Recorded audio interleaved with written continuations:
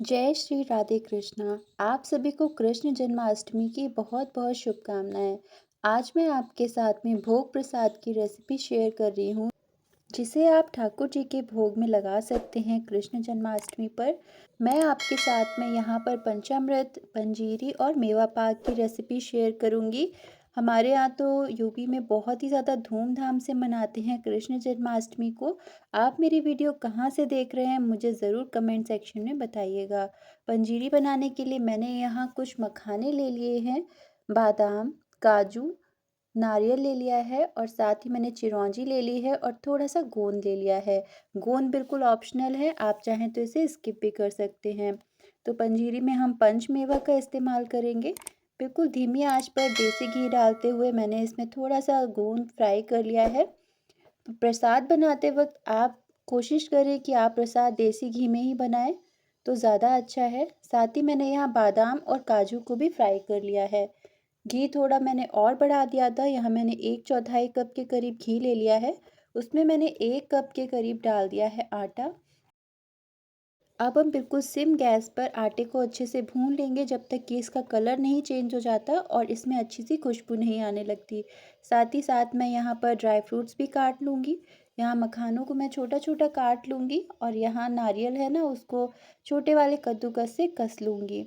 तो आप जो भी ड्राई फ्रूट्स हैं अपनी टेस्ट के अकॉर्डिंग कम या ज़्यादा कर सकते हैं या फिर स्किप भी कर सकते हैं। लेकिन अगर आप ड्राई फ्रूट्स डालेंगे तो हमारी पंजीरी का जो स्वाद है वो दोगुना हो जाता है।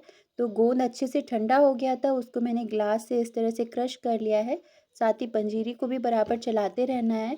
यहाँ पर पंजीरी को ज़्यादा देर तक कढ़ाई में छोड़ना नहीं होता है, नहीं तो बहुत जल्दी जल जाती है। आप देख सकते हैं बिल्कुल धीमी गैस पर मैं इसको फ्राई कर रही हूँ। तो यहाँ पंजीरी को फ्राई होने में आराम से 15 से 20 मिनट लग जाएंगे, बिल्कुल सिम गैस पर। तो यहाँ पंजीरी का कलर अच्छा चेंज आ गया था। तो अब मैं इसमें डाल दूँगी सारे ये जो ड्राई फ्रूट्स हैं वो। तो यहाँ मैंने अलग से ड्राई फ्रूट्स को फ्राई करके नहीं लिया है, आटे के साथ में ही हम इसको अच्छे से भून लेंगे। तो हमारे जो ड्राई फ्रूट्स हैं वो अच्छे क्रिस्पी हो जाएंगे। तो अलग से आपको भूनने की कोई भी ज़रूरत नहीं है ड्राई फ्रूट्स को। पंजीरी का जो आटा है वो अच्छे से भुन गया है, अब हम इसको निकाल लेते हैं। तो यहाँ गैस से निकालने के बाद में भी आप इसको बराबर चलाते रहें, क्योंकि आटा बहुत जल्दी नीचे जल जाता है। हमारी कढ़ाई गर्म है। तो यहाँ पंजीरी जब ठंडी हो गई है, इसमें मैं डाल दूँगी आधा कप के करीब शुगर, पाउडर शुगर मैंने लिया है। आप चाहें तो यहाँ पर बूरा का इस्तेमाल भी कर सकते हैं, यहाँ मैंने पिसी हुई चीनी का इस्तेमाल किया है। सारी चीज़ों को अच्छे से मिक्स कर लेंगे। तो कैमरा थोड़ा सा ब्लर हो गया था, नहीं तो जो हमारी पंजीरी है उसका कलर बहुत ज़्यादा अच्छा आया है। पंजीरी का भोग हम कृष्ण जन्माष्टमी पर लगाते हैं और सत्यनारायण भगवान जी की जो कथा होती है उसके लिए भी हम पंजीरी का प्रसाद लगाते हैं। तो आप बहुत ही आसानी से इस तरह से पंजीरी बना सकते हैं। चलिए अब बना लेते हैं पंचामृत। पंचामृत बनाने के लिए मैंने यहाँ पर घर का जमा हुआ दही ले लिया है। तो आप कोशिश करें दही आप घर पर जमाएं तो ज़्यादा बेटर है। साथ ही कुछ मैंने ड्राई फ्रूट्स ले लिए हैं, 5 मेवा लिए हैं, जिसमें मैंने चिरौंजी, किशमिश, बादाम। पंचामृत में हम 5 मेवाओं का इस्तेमाल करते हैं। मेरे यहाँ जब जन्माष्टमी का त्यौहार होता है ना, तो बहुत ज़्यादा धूमधाम से मनाते हैं। मेरी दादी मेरी मम्मी से बहुत सारी चीज़ें बनवाती थी और हम सब मिलके इन चीज़ों को बनवाते थे साथ में। तो जब भी मैं जन्माष्टमी पर प्रसाद बनाती हूँ मुझे अपनी दादी की बहुत ज़्यादा याद आती है, क्योंकि अब वो मेरे साथ नहीं है। तो यहाँ मैंने 1 कटोरी ले लिया था दही, उसको हम अच्छे से मिक्स कर लेंगे, फेंट लेंगे। साथ ही मैंने यहाँ 1 कटोरी कच्चा दूध का इस्तेमाल किया है। 3 से 4 चम्मच हम पिसी हुई चीनी डाल देंगे। साथ ही इसमें डाल देंगे शहद। तो ये जो शहद है बिल्कुल शुद्ध शहद है। आप कोशिश करें शहद अच्छा शुद्ध होना चाहिए। साथ ही मैंने यहाँ पर 1 चम्मच देसी घी डाल दिया है और गंगा जल डाल दिया है। इसके साथ ही इसमें डाल देंगे सारे ड्राई फ्रूट्स। तो पंचामृत बहुत ही आसानी से और बहुत ही जल्दी से बन जाता है और भगवान जी के भोग के लिए हमें ज़रूर बनाना चाहिए पंचामृत। सारी चीज़ों को अच्छे से मिक्स कर लेंगे और फिर हम इसको रख देंगे थोड़ी देर के लिए फ्रिज में। थोड़ी देर रखने के बाद में ना ये जो मखाने हैं काफ़ी अच्छे फूल जाते हैं और बहुत ही अच्छा हमारा प्रसाद बनकर तैयार होता है। चलिए अब बना लेते हैं हम मेवा पाक। बहुत ही अच्छी मेवा पाक बनाकर हम तैयार करेंगे।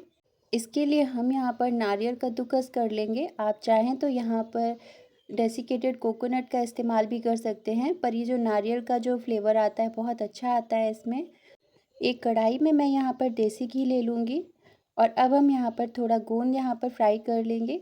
तो मेवा पाक में आप अपने हिसाब से कोई भी मेवा इस्तेमाल कर सकते हैं, पर जिस तरह से मैं बना रही हूँ बहुत ही ज़्यादा अच्छी मेवा आपकी बनकर तैयार होगी और सारी चीज़ें बिल्कुल परफेक्टली आपकी बन जाएंगी और परफेक्ट नाप के साथ में तैयार हो जाएंगी। तो यहाँ जो गोंद है वो अच्छे से फ्राई हो गया था। अब साथ ही मैं यहाँ पर थोड़े से बादाम भून लूँगी। तो सारी चीज़ों को हमें बिल्कुल सिम गैस पर ही भूनना है, जिससे कि यह जले नहीं, क्योंकि बादाम हुए, काजू हुए बहुत जल्दी फ्राई हो जाते हैं। बादाम को हम निकाल लेंगे।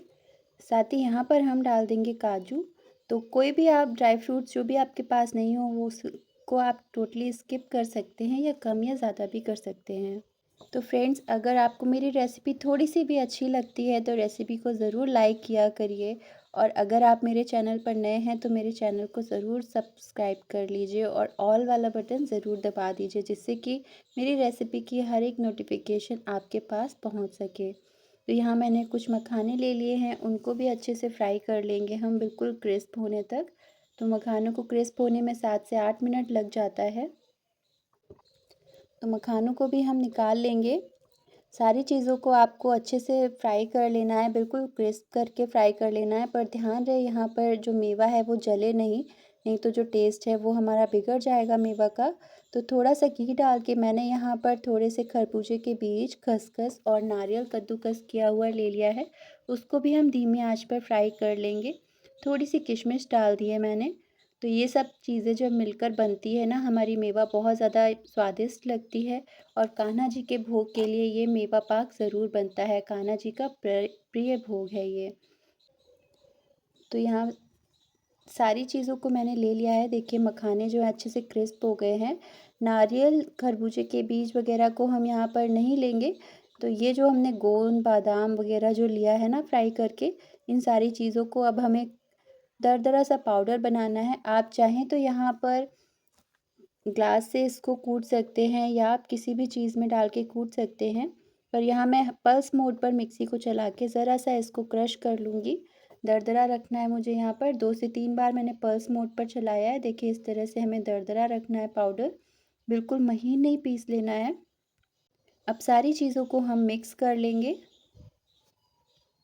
तो मेवा पाक बनाने में सबसे ज़्यादा परेशानी हमें आती है कि हमारी चाशनी अच्छे से पकती नहीं है, तो हमारी मेवा अच्छे से असेंबल नहीं होती है। इसके लिए मैं आपको एक तरीका बताती हूँ। जो भी सारा मिक्सचर है ना, उसको आप एक बार नाप लीजिए।